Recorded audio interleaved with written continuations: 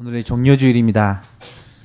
자네가 찬양을 통해서 이 종려주일의 의미를 이렇게 분명하게 알게 해주시고, 종려주일은 우리를 구원하러 오신 그 주님을 높이고 찬양하는 주일입니다. 예수님은 유월절을 한 주 앞둔 주일날 아침에 나귀를 타고 예루살렘에 입성을 하십니다. 이때 사람들은 예수님을 환영하면서 호산나를 외치고 종려나무를 가지를 흔들며 예수님을 환영합니다. 그래서 종려주일이다라고 부르죠. 예수님 때 예수님은 우리를 죄와 사망의 권세에서 해방하게 하시려고 이 땅에 오셨는데, 이때 사람들은 예수님을 로마의 압제에서 이스라엘을 구원할 사람으로 그렇게 기대하고 있었습니다. 그들의 기대와는 달리 예수님께서 한 주 동안 어떤 일을 하십니까? 성전에서 비둘기와 짐승을 파는 사람들, 그리고 돈을 바꾸는 사람들을 다 내어쫓아 이 성전을 깨끗하게 하십니다. 또한 당시 이스라엘의 종교 지도자들인 대제사장들과 서기관들과 또 이렇게 논쟁을 벌이시고, 그들에 대해서 예수님이 책망을 하시자 그들이 예수님을 죽이기로 결심을 하고, 어떻게 예수님을 죽일까 그 방도를 찾던 중에 유다가, 예수님의 제자였던 유다가 예수님을 돈을 받고 그들에게 넘깁니다. 목요일 밤 최후의 만찬을 마치고 겟세마네 동산에서 기도하신 후에 예수님은 대제사장이 보낸 무리들에 의해서 잡힙니다.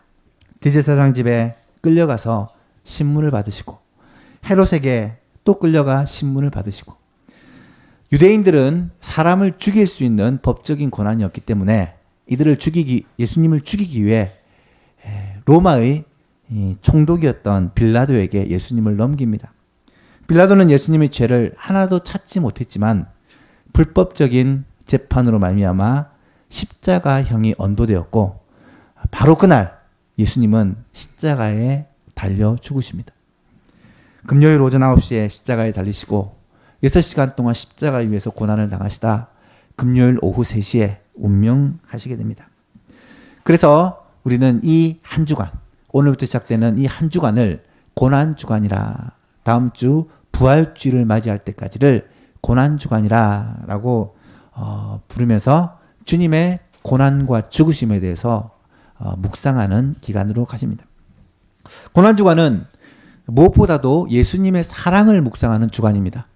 예수님께서 우리를 위해 이 땅에 오셨고 우리를 위해 이 땅에서 사셨으며, 복음을 전하시고 사람들을 세우시고 고치시고 제자들을 양육하시는 사역을 마치신 후에 자신의 생명을 주셔서 우리를 사랑하신 이 십자가 사랑을 기억하는 그런 주간입니다. 나의 연약함을 친히 담당하시고 나의 가난함을 채워주시기 위해 예수님은 십자가에 달리셨다라고 기록합니다. 아무 죄가 없으신 예수님이 십자가에서 죽으신 것은 내 죄 때문에, 내 죄를 용서해 주시기 위해서 대신 십자가에서 죽으셨다는 것입니다. 이 한 주 동안 나를 위하여 자신의 생명을 주신 이 주님의 사랑, 예수님의 사랑을 깊이 묵상하는 그런 귀한 한 주가 되기를 바랍니다. 한 주 동안 어떻게 주님의 사랑을 묵상하고 살까? 우리가 꼭 해야 될 일이 있습니다. 여러분, 이번 한 주간은요, 꼭 시간을 내어서 매일 하나님의 말씀을 묵상하시고 매일 하나님 앞에 기도하시는 삶을 사시기를 바랍니다. 당연히 그래야 되겠지만 혹시 그렇지 못했다면 이번 한 주간은 그 일에 시간과 우리들의 우선순위를 두시기를 바랍니다. 가장 좋은 방법은 특별 새벽기도에 참여하는 방법입니다. 내일부터 금요일까지 교회에서 새벽 5시에 특별 새벽기도회로 모입니다. 함께 모여서 하나님의 말씀을 묵상하고, 그리고 하나님께 기도하는, 예수님의 그 사랑과 고난을 기억하며 기도하는 가장 좋은 시간입니다. 어쩌면 고난주간을 가장 고난주간답게 보내는 방법이 특별 새벽기도가 아닌가라는 생각을 하게 됩니다. 금요일에는 예수님이 십자가에 달리신 날이기 때문에 예수님의 십자가의 죽으심을 기념하여 정사예배로 드립니다. 정사예배 때는 성찬식을 행할 계획입니다. 금요일 날 말씀을 준비하면서 이 성찬의 의미를 좀 자세하게 설명을 해줘야 되겠다 싶어서 준비하고 있습니다. 성찬이 어떤 것이고 그 성찬의 진정한 의미를 깨닫는 그런 금요 정사 예배가 되었으면 좋겠고요. 토요일에는 예수님께서 무덤 속에 계시고 부활을 준비하는 기간입니다. 그래서 온 교회가 함께 모여 예수님의 부활을 이 지역의 사람들에게 전하는 그런 시간을 가졌으면 좋겠어요. 그래서 이번 주 토요일 날 1시에 계란 전도를 합니다. 이 지역에 있는 사람들에게 다 계란을 들고 나가 예수님이 부활하셨다라는 이 소식을 전하고자 합니다. 그래서 부활의 기쁨, 부활의 그 감격을 누리는 우리 모두가 되었으면 좋겠습니다. 이 예수님의 고난과 부활에 있는 4월, 이 4월의 주제를 지난 시간 예수님의 마지막 당부다라고 말씀을 드렸습니다. 예수님이 잡히시기 전날 밤 제자들과 함께 마지막 밤을 보냅니다. 그 밤에 유월절 만찬을 하시면서 우리가 흔히 최후의 만찬이라고 부르는 그 마지막 만찬 식사를 하시면서 제자들에게 참 많은 말씀을 하고 계세요. 요한복음 13장에서 16장은 이 예수님의 제자들에게 한 설교가 기록이 되어 있어요. 굉장히 긴 설교인데요. 흔히 이것을 다락방 강화다, 다락방 설교다라고 말합니다. 마가의 요한의 다락방에서 이 설교하신 내용이 왜 중요하나? 이거는 제자들에게 마지막으로 주시는 메시지이기 때문입니다. 이 시간이 끝나고 내일이 되면 예수님이 십자가에 죽으셔야 했기 때문에 마지막으로 제자들에게 하고 싶은 말씀을 다 하신 것이 바로 이 다락방 설교입니다. 이 내용들을 우리가 쭉 살펴보면서 예수님이 제자들에게 마지막으로 당부하고 싶은 것이 어떤 것인지 그것을 4월에는 좀 생각해 보았으면 좋겠습니다. 지난 시간에 첫 번째로 예수님이 제자들에게 발을 한 사람 한 사람의 발을 씻어주신 후에 그들에게 말씀하신 너희도 서로 발을 씻어주는 것이 옳으니라. 서로 발을 씻어주라 라는 말씀을 하십니다. 여러분 예수님은 식사를 하시다가 중간에 갑자기 겉옷을 벗으시고 수건을 두르시고 대야에다 물을 떠오신 후에 한 사람 한 사람의 발을 씻어주셨습니다. 왜 그렇게 하셨습니까? 그들에게 분명한 메시지를 주시기 위함인데 이것이 바로 예수님의 겸손과 섬김을 그들에게 가르쳐 주시기 위함입니다. 겸손의 마음, 섬김의 삶을 친히 본을 보여주심으로 제자들에게 너희도 서로 발을 씻기는 삶을 살라라고 말씀하고 있는 것이죠. 예수님이 마지막으로 당부하신 내용이 바로 겸손과 섬김의 삶입니다. 우리 예수만교회 모든 성도들은 이 예수님의 마지막 당부를 기억하고 겸손하게 섬기는 성도님들이 될 수 있기를 축복합니다. 오늘은 두 번째로 예수님께서 제자들에게 무슨 당부를 하시냐면 너희도 서로 사랑하라 라는 사랑의 삶을 당부하고 계십니다. 오늘 보면 34절과 35절을 읽었는데요. 새 계명을 너희에게 주노니 너도 서로 사랑하라. 내가 너희를 사랑한 것 같이 너희도 서로 사랑하라. 너희가 서로 사랑하면 이로써 모든 사람이 너희가 내 제자인 줄 알리라 라고 말씀하고 계십니다. 오늘 본문에서는 분명히 말씀을 합니다. 서로 사랑하는 것이 주님의 뜻이라는 거예요. 서로 사랑하는 것이 주님의 마지막 당부라는 것입니다. 유언처럼 마지막으로 꼭 전해주고 싶은 말씀이 뭐냐면 서로 사랑하라는 거예요. 주님은 왜 마지막 당부로 이 사랑하라는 말을 이렇게 강조하고 있을까? 왜 우리는 서로 사랑하는 사람이 되어야 할까? 오늘 본문에 세 가지를 말씀하고 있습니다. 첫 번째는요. 왜 우리가 서로 사랑해야 합니까? 이것은 주님이 주신 새 계명이기 때문에 그렇다라는 것이죠. 새 계명을 너에게 주노니 서로 사랑하라. 여러분 새 계명이라고 하면 처음 주시는 계명, 새로운 계명이라는 말을 갖습니다. 그런데 서로 사랑하라는 이 말씀은 예수님이 처음 주신 말씀은 아니잖아요. 제가 작년에 교회에서 했던 설교들을 쭉 한번 돌아보니까 제일 많이 말씀했던 주제가 사랑에 대한 말씀이더라고요.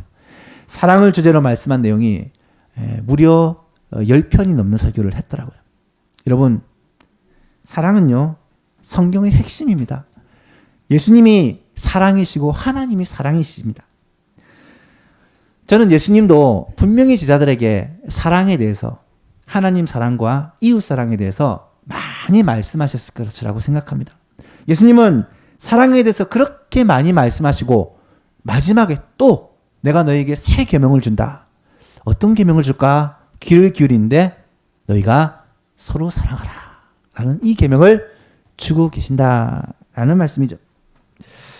여러분, 계명 중에 최고의 계명은요, 어떤 계명입니까? 성경에 나오는 계명 중에 최고의 계명은 보통 10계명이라고 말합니다. 10가지 계명. 찬송가나 성경책 제일 뒤에 보면 이 10계명이 기록되어 있는 것을 보게 됩니다. 그런데 이 10계명의 내용과 함께 앞에 서론이 짧게 기록되어 있고 뒤에 첨가된 부록이 있습니다. 아십니까? 이 10계명의 서론은 무엇이냐면 출애굽기 20장 1절에서 2절 말씀인데요. 하나님이 이 모든 말씀으로 말씀하여 이르시되 나는 너를 애굽 땅 종되었던 집에서 인도하여 낸 내 하나님 여호와이니라 라는 말씀입니다. 하나님이 어떤 사람에게 지금 누구에게 이 10계명을 주시는가, 언제 이 10계명을 주시는가를 설명하는 내용입니다. 여러분, 이 의미는요, 10계명이 우리의 구원을 위해서 주시는 계명이 아니라는 것을 말하는 것입니다. 세상 사람들은 어떻게 해야 구원받습니까? 물어보면 거의 착하게 살아야 구원받죠. 선을 행해야 천국 가지 않습니까? 라고 이야기를 합니다. 그런데 10계명을 보면 그런 말이 아니라는 것이죠. 이 계명은 언제 누구에게 주어진 것입니까? 하나님이 종되었던 땅, 애굽 땅에서 이스라엘 백성들을 구원하여 건져내신 후에 그들에게 주신 말씀입니다. 이 말은 이미 구원받은 우리 성도들에게 주시는 계명이 바로 10계명이라는 것입니다. 하나님의 백성들이 하나님의 백성답게 살아가는 방법을 10계명은 가르칩니다. 하나님의 자녀가 하나님께 복받고 살아가는 방법을 10계명은 가르쳐요. 10계명은요, 구원을 위한 계명이 아니라 바로 구원받은 우리들에게 주신 하나님의 계명이라는 의미가 바로 10계명의 서론입니다. 10계명의 부록은 무엇입니까? 첨언된 이 말씀은 예수님께서 이 10계명을 어떻게 재해석하고 요약하고 계신지를 말씀하시는 내용입니다. 마태복음 22장 37절에서 40절 말씀 요약하는 것인데 같이 한번 읽어볼까요? 시작. 예수께서 이르시되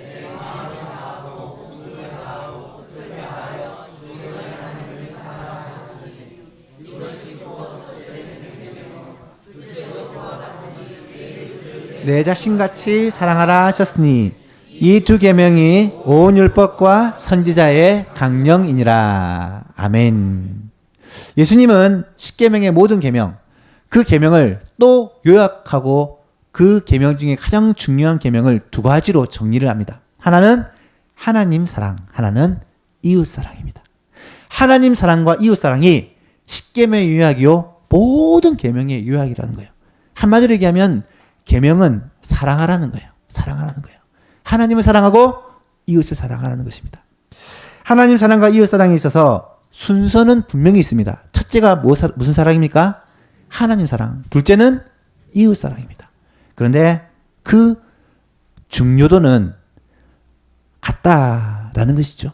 둘째도 그와 같으니, 이 말은 그 원어 그대로 해석하면 둘째도 첫째와 똑같이 중요하니 라는 말입니다.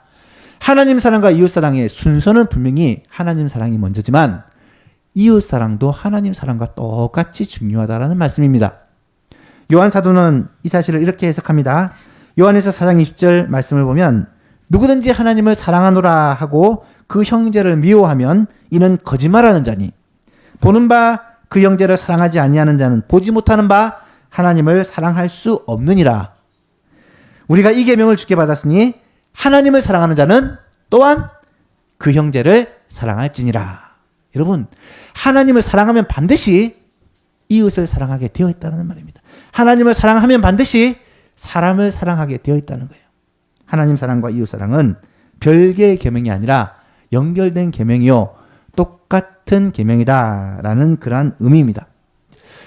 사랑하라는 계명, 이것이 중요하다는 것은 알겠는데 예수님이 왜 이 서로 사랑하는 계명을 새 계명이라고 말씀하는 것일까요?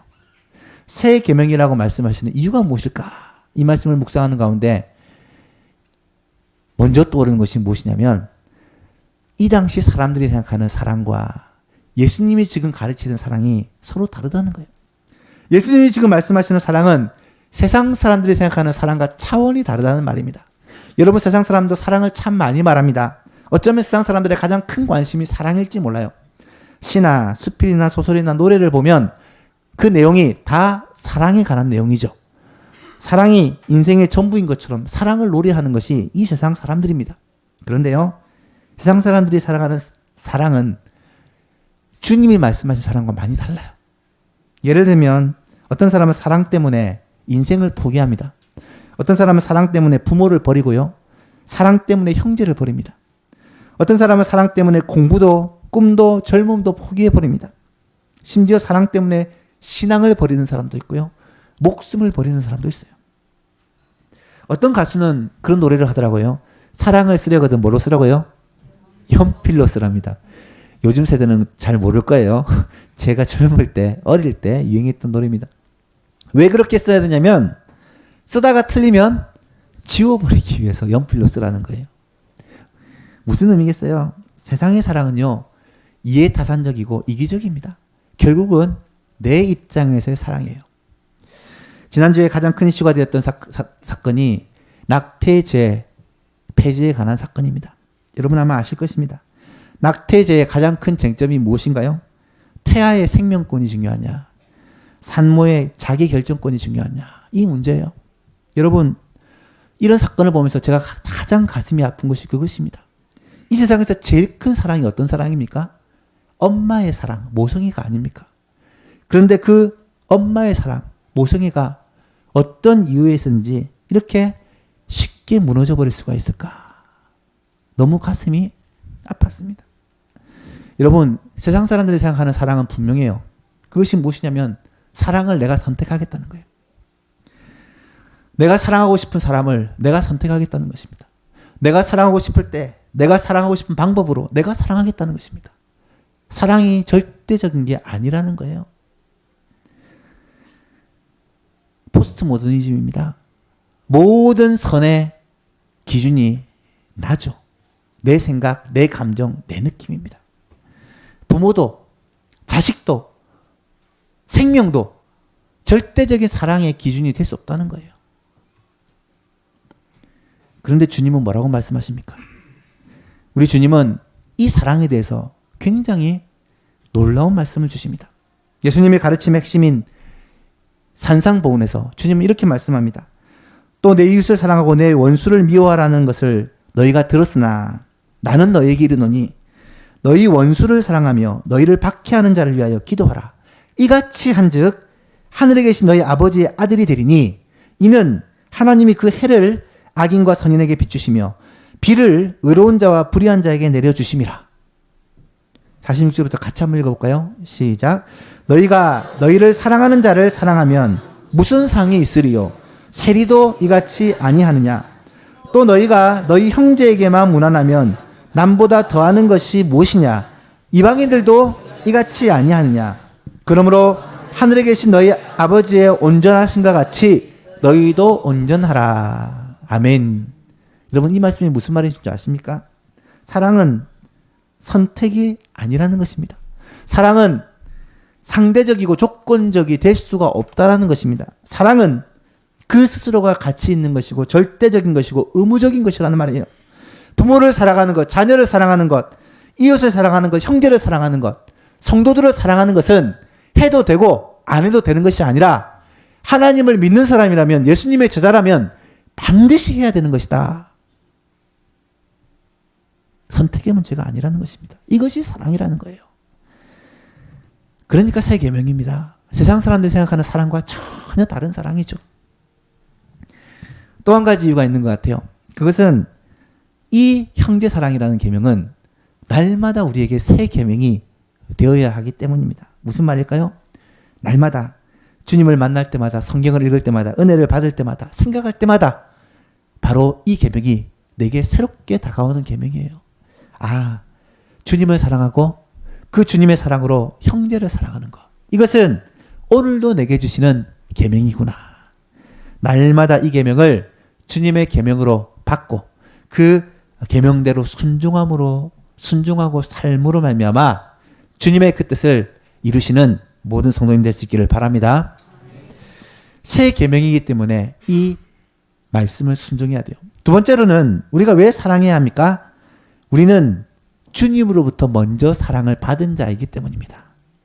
우리가 주님으로부터 사랑을 받은 자이기 때문이에요. 34절 말씀을 다시 보니까 새 계명을 너에게 주노니 서로 사랑하라. 그 다음에 말씀이 중요해요. 내가 너희를 사랑한 것 같이 너희도 서로 사랑하라. 예수님이 제자들을 사랑하신 것처럼 너희들도 서로 사랑하라는 거예요. 사랑은 참 신기합니다. 사랑은 흘러가요. 받으면 다른 사람에게 흘러갑니다. 많은 사랑받은 사람은 많이 사랑하게 되고요. 적은 사랑받은 사람은 적게 사랑하는 것을 보게 됩니다.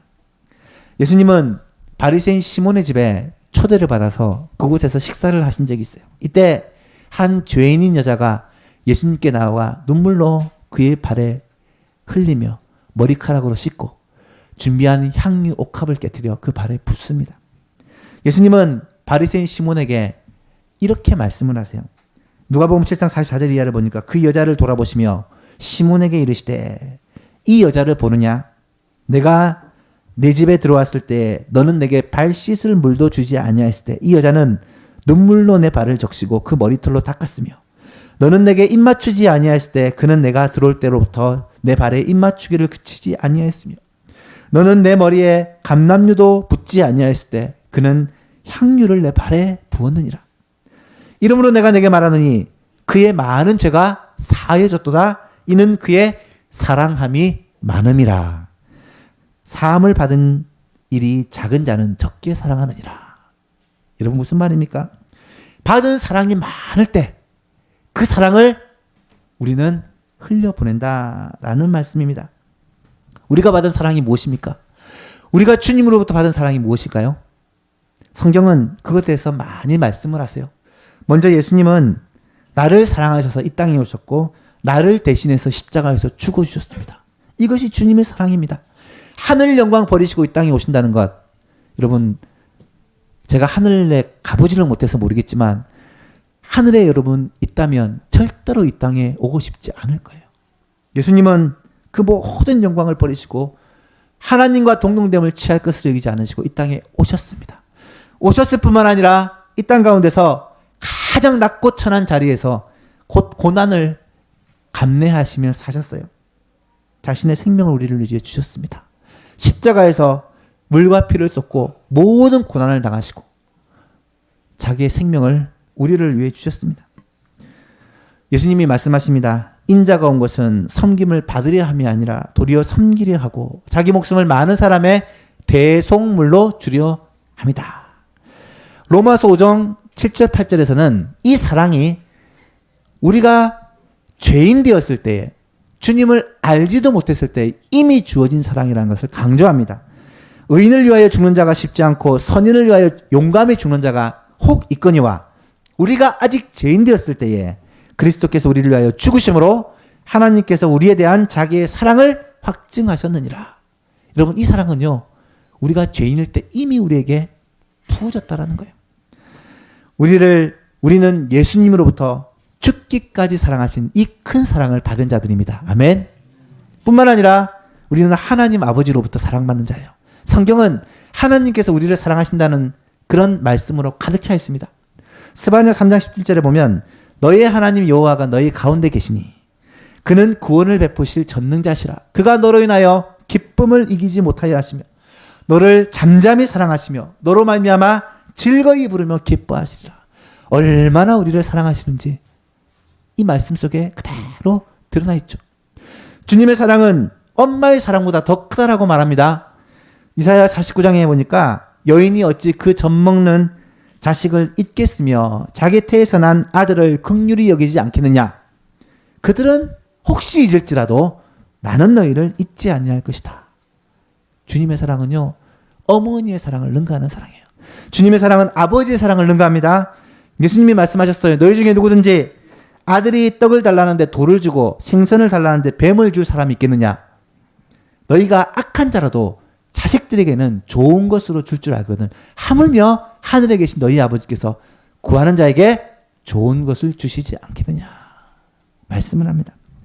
하나님은요, 우리를 사랑하시고 우리를 위하여 좋은 것을 주시기를 기뻐하시는 하나님이십니다.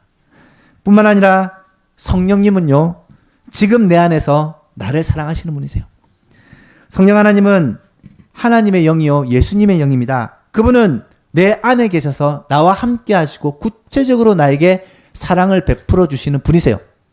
요한복음 14장 16절 말씀에 내가 아버지께 구하겠으니 그가 또 다른 보혜사라는 말은 나와 함께 하시며 나를 도와주시는 분이라는 말이에요. 보혜사를 우리에게 주사 영원토록 우리와 함께 거하게 하신다라고 약속하셨고요. 14장 26절에 보니까 보혜사 곧 아버지께서 내 이름으로 보내실 성령, 그가 너희에게 모든 것을 가르치고 내가 너희에게 말한 모든 것을 생각나게 하시겠다. 하나님의 말씀을 깨닫게 하시고 생각나게 하시는 그 일을 해주신다는 거예요. 뿐만 아니라 성령님은요, 우리 안에서 우리를 도우시는 분입니다. 우리를 긍휼히 여기시고 우리를 위해서 기도해 주십니다. 로마서 8장 26절에는 이와 같이 성령도 우리의 연약함을 도우시나니 우리는 마땅히 기도할 바를 알지 못하나 오직 성령이 말할 수 없는 탄식으로 우리를 위하여 친히 간구하시느니라 라고 기록하고 있습니다. 그렇습니다. 우리가 누구입니까? 하나님 아버지, 예수님, 성령님, 삼위 하나님의 사랑을 독차지하고 있는 자들입니다. 우리는 그 사랑을 이미 넘치도록 받은 자들이고 지금도 받고 있고 앞으로도 영원토록 받게 될 자들이다 라는 사실입니다. 여러분, 이 사랑을 받은 우리가 어찌 사랑을 흘려보내지 않겠습니까? 충만한 사랑을 받은 우리는 이제 다른 사람에게 이 사랑을 나누어 주어야 한다라는 것이 주님의 마지막 당부입니다. 마지막 세 번째로 우리가 왜 사랑하겠습니까? 서로 사랑하는 것이 우리가 예수님의 제자라는 증거이기 때문입니다. 35절 말씀이죠. 너희가 서로 사랑하면 이로써 모든 사람이 너희가 내 제자인 줄을 알리라. 여러분, 주민등록증 다 가지고 계시죠? 지금 말고요. 집에. 주민등록증은 신분증입니다. 신분증은 내가 누구인지를 증명하는 거예요. 여러분, 성도의 신분증이 뭘까요? 내가 성도요, 예수님의 제자라는 그 신분증은 바로 서로 사랑하는 것이다 라고 성경은 말합니다.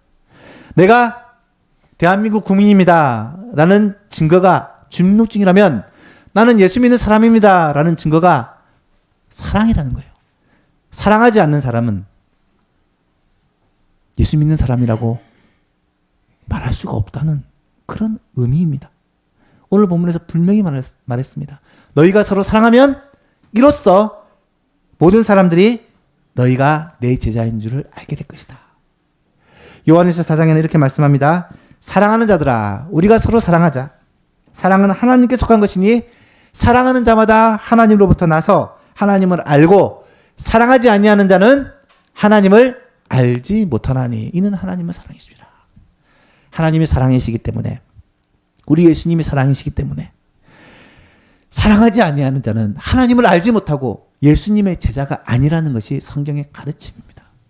사랑하는 여러분, 사랑해야 될 이유를 분명히 아셨습니까?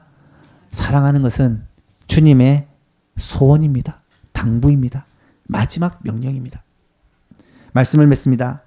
지금 예수님은 마지막 식사의 자리에서 제자들에게 신신당부를 하고 계십니다. 야, 서로 사랑해야 돼. 내가 너희를 사랑한 것처럼 너희도 서로 사랑해야 돼. 이 사랑을 다른 사람에게 흘려보내야 돼. 사랑하는 삶을 살아야 돼. 그래야지 너희가 내 제자인 증거가 되는 거야 라고 말씀하고 계십니다. 그렇다면 우리가 사랑해야 될 대상은 누구겠습니까? 가까운 사람부터 사랑해야 합니다. 가족부터 사랑해야 됩니다. 부모님부터 사랑해야 돼요. 아내부터, 남편부터 사랑해야 됩니다. 자식부터 사랑해야 됩니다. 우리 교회 성도부터 사랑해야 됩니다. 함께 예수 믿는 성도를 미워하고 원수 관계가 되면 안 돼요. 더 나아가서 이웃들을 사랑해야 됩니다. 그들을 불쌍히 여기고 그들에게 복음을 전함으로 그들의 생명을 살리는 일에 우리는 힘을 써야 됩니다. 이 나라와 이 민족을 사랑해야 돼요. 나라, 민족, 다른 사람들이 하는 것이 꼴불견이다 라고 원수를 쌓지 마시고 그를 위해서 기도하시고 정치인들을 위해서 기도하시고 악한 자를 위해서 기도하시고 국민들을 위해서 기도하시고 하나님 이 백성 불쌍히 여겨주시고 어리석은 자들이 깨닫게 하여 주시고 하나님 앞으로 돌아올 수 있도록 도와주십시오. 북한의 동포들을 위해서 기도해야 됩니다. 온 인류를 위해서 기도해야 돼요. 하지만 먼저 가까운 사람부터 주위에 있는 사람부터 사랑하는 저와 여러분 될 수 있기를 바랍니다. 고난주간을 보냅니다. 고난주간은요 주님의 사랑을 묵상하는 주간입니다.